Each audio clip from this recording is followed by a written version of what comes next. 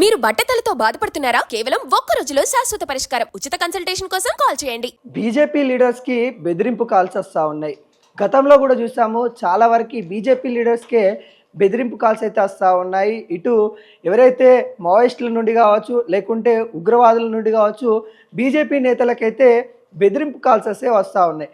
ప్రధానంగా మనకి బీజేపీలో ఇటు రాజా సింగ్, అటు రఘునందన్ రావు వీళ్ళిద్దరికే ఎక్కువ సార్లు బెదిరింపు కాల్స్ వచ్చినట్టు కూడా కనబడతా ఉంది. కానీ గత కొద్ది రోజులుగా రఘునందన్ రావుని టార్గెట్ చేశారా అనే విధంగా కనబడతా ఉంది. ఎందుకంటే తనకి అనేక మంది కాల్ చేస్తూ, అంటే అన్నోన్ నెంబర్లు కాల్ చేస్తూ తనని బెదిరిస్తున్న పరిస్థితులు అయితే ఇప్పుడు చాలా అలచలవుతా ఉన్నాయి. గత కొద్ది రోజులుగా తనకి బెదిరింపు కాల్స్ వస్తున్నాయని తను కూడా కంప్లైంట్ చేస్తున్న పరిస్థితిలో నిన్న కూడా తనకి బెదిరింపు కాల్స్ అయితే రావడం అయితే జరిగింది. నువ్వు హైదరాబాద్లోనే ఉన్నావు, నువ్వు ఎక్కడున్నావో నాకు తెలుసు, నీ లొకేషన్ నాకు తెలుసు, నిన్ను ఈరోజు సాయంత్రం లోపు ఏమైనా చేస్తాము అన్నట్టుగా తనకైతే బెదిరింపు కాల్స్ వస్తూ ఉన్న తీరైతే కనబడతా ఉంది. అంటే రఘునందన్ రావుని ఎందుకు టార్గెట్ చేస్తూ ఉన్నారు, వాళ్ళు ఎవరు అనే కోణంలో ఇప్పుడు కొంత ఉద్రిక్త పరిస్థితి కనబడతా ఉంది. ఇటు మావోయిస్టులా లేకుంటే టెర్రరిస్టులా, ఎవరు? ఏదైతే రఘునందన్ రావు ఏదైతే మెదక్కు సంబంధించిన నియోజకవర్గంలో తను ఎంపీగా అయితే ఉండడం అయితే జరిగింది.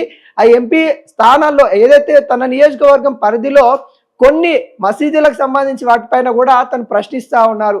అక్కడ మసీదు ఏవైతే ఉన్నాయో అక్కడ టెర్రరిస్టులు కూడా ఉన్నారు, టెర్రరిస్టులు అక్కడ కొంతమంది తలదాచుకున్నారు అనే విధంగా తను ఇటు హోమ్ మినిస్టర్కి కంప్లైంట్ ఇవ్వడం జరిగింది.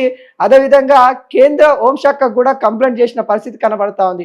ఈ నేపథ్యంలోనే తనకి టెర్రరిస్టులు కాల్స్ చేస్తున్నారనే టెర్రరిస్టులు కాల్ చేస్తా ఉన్నారా, లేకుంటే మరెవరు కాల్ చేస్తా ఉన్నారనే కొంత అయోమయంలో ఉన్న పరిస్థితి కనబడతా ఉంది.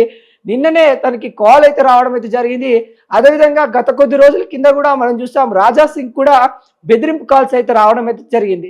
నువ్వు హిందూ రక్షకు అంటున్నావు, హిందువులకు సంబంధించి చాలా భారీ ఎత్తున మాటలు మాట్లాడుతూ ఉన్నావు, నిన్ను కూడా హతం చేస్తామన్నట్టుగా తనకు కూడా బెదిరింపు కాల్స్ అయితే రావడం అయితే జరిగింది. తను కూడా పోలీస్ కంప్లైంట్ రేజ్ చేయడం జరిగింది. ఆ నెంబర్ని తీసుకెళ్లి కంప్లైంట్ రేజ్ చేయడం అయితే జరిగింది.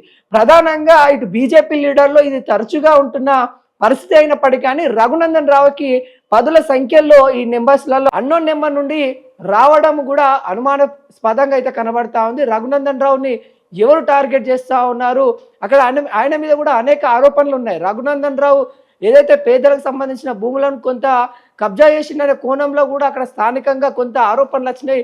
ఇంకా అవేవి కూడా రుజువు కాలేదు. ఎందుకంటే తను కూడా ఒక లాయరు కోర్టుకు వెళ్ళడం అయితే జరిగింది. ఆరోపణల పైన తను కూడా వెళ్ళిన పరిస్థితి కనబడతా ఉంది.